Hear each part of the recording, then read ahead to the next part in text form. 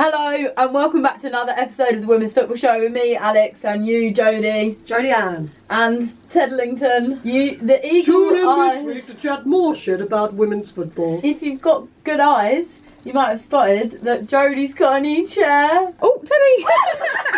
This isn't the fucking voice. Right, before we get started, make sure you like, comment and subscribe. And you can see little snippets of this on my Instagram and TikTok. Go follow me there because there's always more content there. Don't bother following me because I'm private.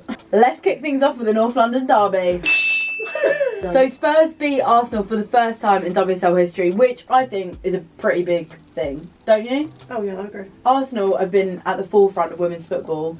Don't look at my nose, you cheeky monkey. I haven't written any because some of us have been at work where we have a real job. Let's face it, Arsenal, I know Chelsea have won the WSL back-to-back, but if you go back, it's Arsenal that, in my opinion, have been at the forefront of women's football for years. If you go all the way back to when we were growing up and look at the players that were there, Alex Scott, Rachel Yankee, like they were winning. Huh? You're forgetting someone Kelly huge. Smith. Thank you. Jesus Sorry. Christ. And so Lord and Saviour, Kelly I think, yeah, big win for Spurs. Fair play. 1-0, job done. I couldn't believe it. I said to you, if you check your messages, I said I think Arsenal are going to spank it. Yeah, so then on Saturday, I was sitting with the Arsenal Supporters Club, front row in the away end. So I thought, if Arsenal win this, absolutely buzzing. You thought you were going to crowd serve, didn't you? I would have crowd The crowd crushed under you. Right. I'm a bit gutted in terms of the title race because now it seems like, I know it's only halfway. It's just back to where it's back to where it was. Like Arsenal beat Chelsea and got themselves on par, which as a neutral women's football fan we were all buzzing about. And then they lost to Spurs. Did you look at, I would say, like the backlash online, because women's football like, on Twitter is quite savage. Yeah. You have to be careful what you say because people take it like to heart and will probably hunt you down and murder you. What did you say? People wanted Jonas out. I I don't understand that because I actually think, like, welfare-wise, I know it, like, whatever, like, results in that, but welfare-wise, he's actually probably a really top manager like Emma Hayes, like, genuinely concerned about their players. And like pushing the game and forward. I don't understand. He might have made some tactical errors, but at the end of the day, those players are meant to do the job. And they can do the job. But yeah, the backlash online was gross, actually. And I'm condemning WOSO Twitter to stop making things personal. Announcement to WOSO Twitter. Red card to the lot of you. How was that? Anyway, moving on. Anyway, let's have a look at those notes. No. Let's dive into that just a little bit more, shall we? Let's look at the statistics. So, wait, we're not reading the fucking weather. Stop with that voice. Okay. Moving on over to the east. No, it was North London. Right. So, possession-wise, have a guess. What do you think? Can you get your toes off my finger? I've been. No, I'm cold. Have a guess. I think Arsenal had more possession, didn't they? Oh, no shit. Alright, I've got to add my maths up because I'm quite dumb. Question. What should it add up to? Can I use a calculator? I think it was like 67 and 33. Is that correct? That is correct. What does that add up to? The ref might have had a percentage in that possession. That adds up to 100. Yeah. Right, anyway. So it was actually 61%. I've told you. Pretty close, I'd say. Right, so shots. Shot! Arsenal had 31 shots. Spurs 4 shots. Cancel. Right, well let's talk about Spurs then. The Spurs manager, Robert Wilhelm, he's been trying a new style of football, trying to basically play it out from the back. He's been so dedicated to trying to play it out from the back that he's even swapped out long-term goalkeeper Becky Spencer because she was basically struggling to play out with her feet, and replaced her with Vosikova, ex-PSG keeper Vosikova. How many times have I said, no offence Becky Spencer, she cannot kick the ball. And I said that to you, and she's been around for a while, hasn't she? And I said that to you, and I think this is the difference between like women's football 10 years ago and now. The goalkeepers can play like football with their feet. Yeah, you're right. I look at Mary Earps. Yeah, she's She'll comfortable she'll at her make feet. someone. She don't care. Yeah. So I think that's really important. It's a game changer for keepers. It is a game and changer teams. because sometimes you're losing, right? And it's like the 89th minute and all your team's gone up and you want your goalkeeper to sweep, right? You've got to. There's nothing to lose. You've got to do it. I mean, their goal literally came from the keeper playing it out. What, she scored? Yeah. Fucking hell. I thought I was going to kick on her. Yeah, plus her up top. So yeah, I mean, fair play. Spurs are on the up. United Liverpool 2-1 to Liverpool. Last minute United winner. lost again. There is some issues there, I think, big time. And I think, I don't know if we've spoken about it before, but United. Russo leaving. I know Toon signed a new contract. Mary Earps is more and more. I think. What's the word? Momentum gathering behind this rumour about her going to Arsenal in January. I think Mary Earps will be a perfect fit for Arsenal. Yeah, so do I. I like Zinsberger, but I don't think she's top quality. I think she's good, and she's played a very big part. But I think with the signings that Arsenal make and the way that they want to develop, they need a number one goalkeeper, like a proper number one. Merits. Like an international number one. Do you know what I mean? Even West Ham have got an international number one. Again, Diana.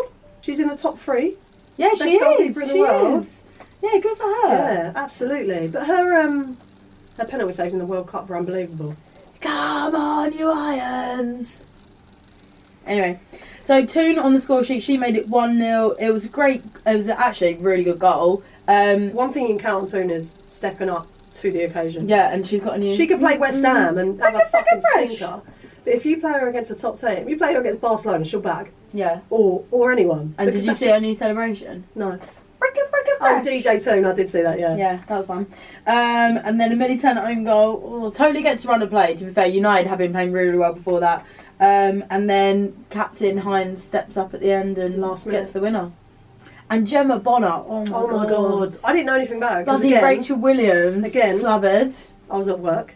So, yeah, like, ouch. Yeah, Gemma Bonner won the header, like she always does, and then she headed it away. Someone and then said Rachel Williams comes flying in and almost then knocks her out, literally. Yeah. Oh, I wasn't sure if she was unconscious. I watched Her arms it are back, out like and this. the first thing is, when you see someone like this, they're unconscious. Her arms are out straight.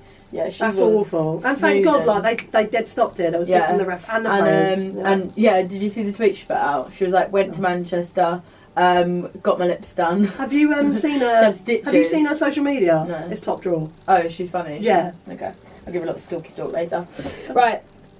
Chelsea 3, Bristol 0. A bit disappointed they didn't score more goals, but they're already way ahead in terms of goal difference, so it's what it is. I didn't see the starting lineup. Let's just say Neve Charles got sent off. There were 3. What? There were 3 red cards this weekend. Neve Charles. Not my Neve. Oh. I'd love to know what. So as she walked down the tunnel, she looks over to Emma Hayes, and they exchanged maybe about 3 words, and then she walks down the tunnel, and I thought, oh, I'd You're love to know fucking what fired, they said. is what she said. You fucking idiot, Nave. No, I don't think Emma would say that. Trenchall would you? That's still more. So yeah, Hannah Hampton debut, fair play. An LJ Stunner, an individual piece of work, picked it up in the middle of the park. I love her in that number 10 role. I've told you before, I love her centrally at number 10 role, just as much as I love her on the left. And she picks it up, literally turns, few touches, scores. Easy. Easiest goal and it's ever. like, She makes it look like even I could do it. Right, let me get a fucking word in. You can't do shit like that. It's like, she's like, I don't want the ball anymore, I'm going to fucking whack it over there. Oh, it's in. it's in. Oh, lovely. Yeah. Erin Cuthbert with a nice volley. Was that Scottish or? Erin Cuthbert with a nice volley. And I don't know Sam Kerr with a signature header. What more? Sam Kerr, apart from Abby Wambach, is the best headerer in the women's game.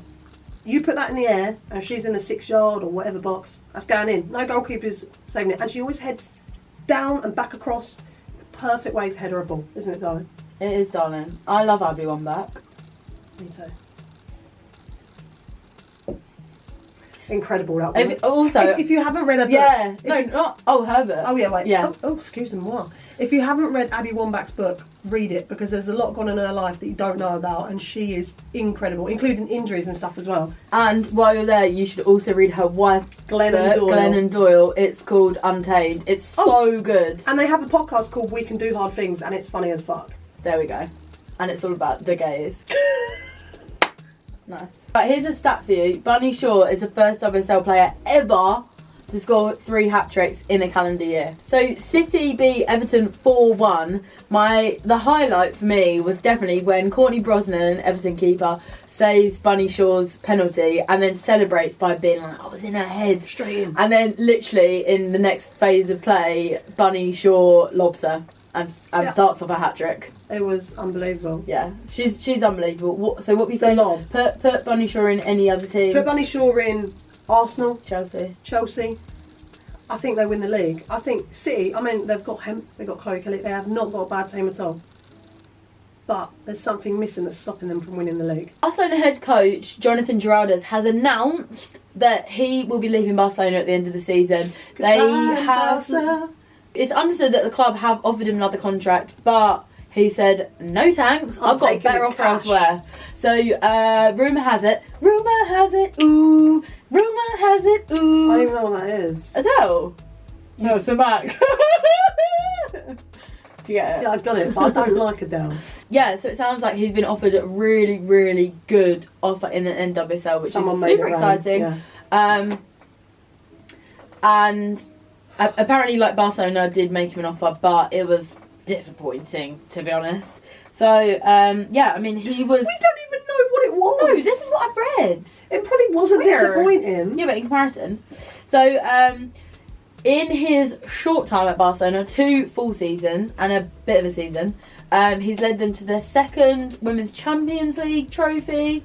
Stop it, babe. I'm getting bored. His aim is to do something that's never been done before. It's to win the quadruple. That's 5, isn't it? Liga F, Copa de la Reina, Spanish Super Cup, and the Women's Champions League. I'm a bit gutted he's going to the NWSL because... Chelsea. No. Oh. Spain.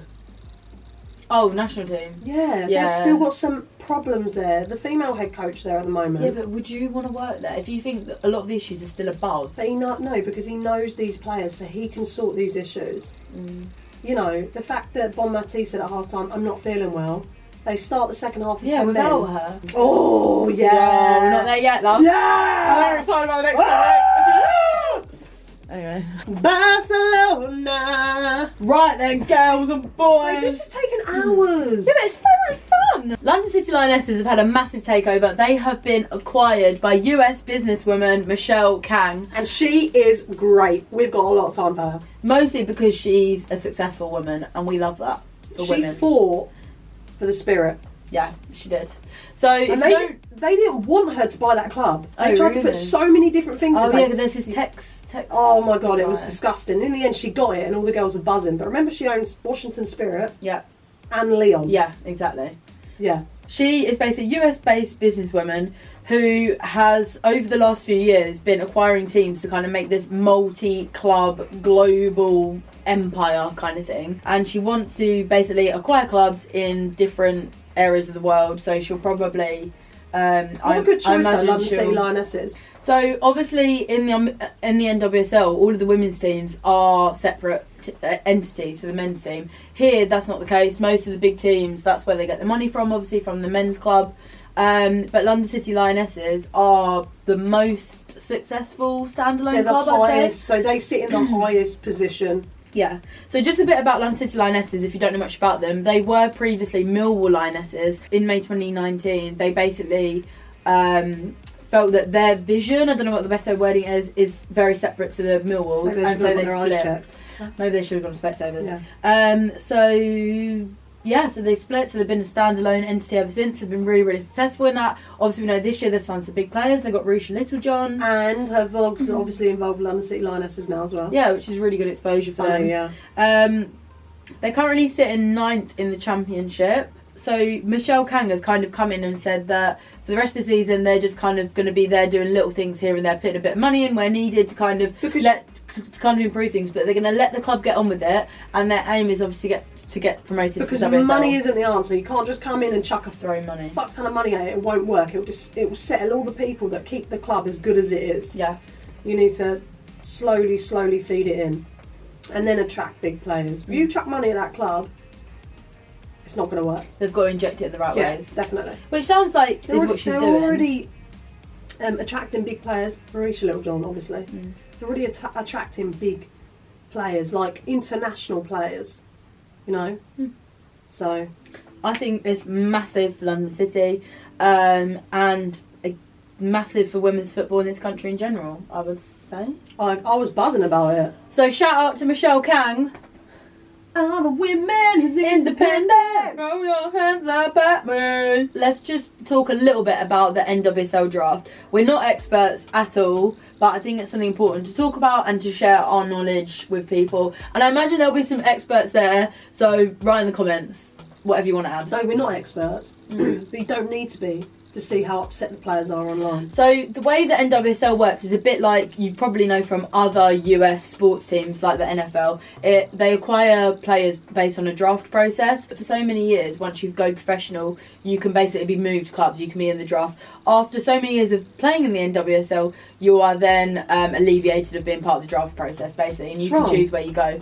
But so this year in particular, it was an expansion draft because 2 new teams, Utah Royals and Bay Reds, were entered into the NWSL because, as you know, in the US Women's Soccer League, there's no promotion and relegation. It's just one standalone league. These teams select players from the other team clubs already in the NWSL. Right, so for example, Rachel Hill was posted on Instagram because she's been at San Diego Wade for literally 1 year. That is who I saw then. She's been drafted to Red Bay. I mean, fortunately, they're not that far away. They're both teams are based in California, but you've still got to move city. You've got to move from the club you love, the friends you've made. It's heartbreaking. And remember the size of the US. Some people have been drafted from one side of the country to the other. It's absolutely ridiculous. Some people saying, well, how else are they meant to get players? You're joking, just do the normal. In the world. It's go the to free only agents, talk to clubs about making deals. It's just so like, okay, I understand that it's different because America likes to do things differently and that's fine. But it's so out of touch now with how the growth of the game is. Yeah. You have got some of the best players in the world in that league. You know, you've got world champions like internationally in that league. And you're doing it like this. It's so wrong. And also, you're having to, not by choice, people are having to change where they live. They don't get paid a lot of money and stuff. No, they don't. Yeah. Having to change where they live. Yeah. Some of the countries, or not countries, so some of the places they're going to live in don't have rights for those kind of people anyway. Yeah, that's stuff like that. Yeah. I mean, in some ways, like the draft process is good, but there are other ways to do it. So, and what I mean by that is it stops one team from running away with the league, because if you win the league, you then get last choice on the draft for the next season. So in theory, the bottom teams will draft the best players because they'll get first pick. I like the draft in the fact is when these lot are at college, right? God, that was dusty. So like when they're at college and they get drafted, right? That's exciting. All their family sits around like, where are you going to go play professionally? That's where it should end. Yeah, because the first time. Yeah, that's true. It should be someone's choice based on, oh, that club wants me. Yeah. Oh, we need a player there. We're going to have her. Yeah. Or I want to go and live there. I want to go play there. That's where my family are. I don't agree with it, and I think it's really outdated. But anyway, we'll go and we'll do a bit more research on this, I think, because it's complex. Oh, Under Pressure, the US Women's National Team documentary, or docuseries, that is on Netflix, and that is really good. It's all about basically the build-up to the World Cup and then them crashing out in the earliest stage they've ever crashed out before. But they didn't just use it for them. No, they talked a lot about Spain and what's been going on there and the Luis Rubiales kiss and stuff. So that's a really good documentary. I know everyone loves to hate the US Women's National Team, but once Emma but why? Because they're the best. It is that, isn't it? Because if England kept winning everything, everyone would be like, oh, fuck's sake, Lionesses. It is because they are dominant. Oh, yeah. And when you are in a really fortunate position and you are winning, there is nothing people want to see more than you crash and burn. Yeah, exactly. I mean, now that it's we're the same not... with hashtag. Like, my prediction was for the World Cup, England-US final. Like, I'd love that. Because, these players are game changers. They're leading the way for women's football. And so, I hope they do well in the Olympics. I hope I get to see them in the Olympics. What I was thinking is Emma Hayes going to win her first international trophy at the Olympics. Oh my God, imagine. Yeah. And she'll be like 2 months into the job. We're going to have to cheer for them now, because we're not in it. Oh yeah, I will. So we're Team USA for the Olympics. We? Je m'appelle Jodian. I bumped into Christy Mewis at the Arsenal Chelsea game. As you do. Dropping it in there. And I asked her about Emma Hayes. I said, are you excited? She was like, yeah, we're so excited. Oh, she is. Sam's getting her in the squad already, isn't she? Yeah, that's true. She'll be captain putting a good word for her, yeah. Emma Hayes is going to she's going to change the game over there. Because she's so smart, but her research around everything, individual players, backgrounds, like how their bodies are, and her welfare is the best. You think that'll make the difference? And Serena, I think her and Serena sit on the pedestal up here. Yeah, I agree. And don't forget, like, the US have had their controversy as well. Before any of the Spain stuff kicked off, and I don't just mean the World Cup, I mean the year before that came to light, the US were also having issues with abuse, right, and treatment of players. Oh, yeah. Yeah, they were. They had the big, years ago. like, 23-page documents sent out. Yeah, exactly. Oh, my God, that was awful. It was like Neve Farrelly. And they were treated so poorly for so long. And it took Alex Morgan to gather all these players around and say, look, I will stand with you. They just needed someone big. Oh, that gives me goosebumps. To stand with them and say, we're not doing this anymore. Yeah, and they did. So they were kind of first team to do that. Equal pay. And you can hate the women's national team and Megan Rapinoe or whatever. But at the end of the day, they've stood up for what they deserve believe right. equal pay. They are so dominant. They're better than the men's team. They're bringing higher numbers than the men's team. Yeah.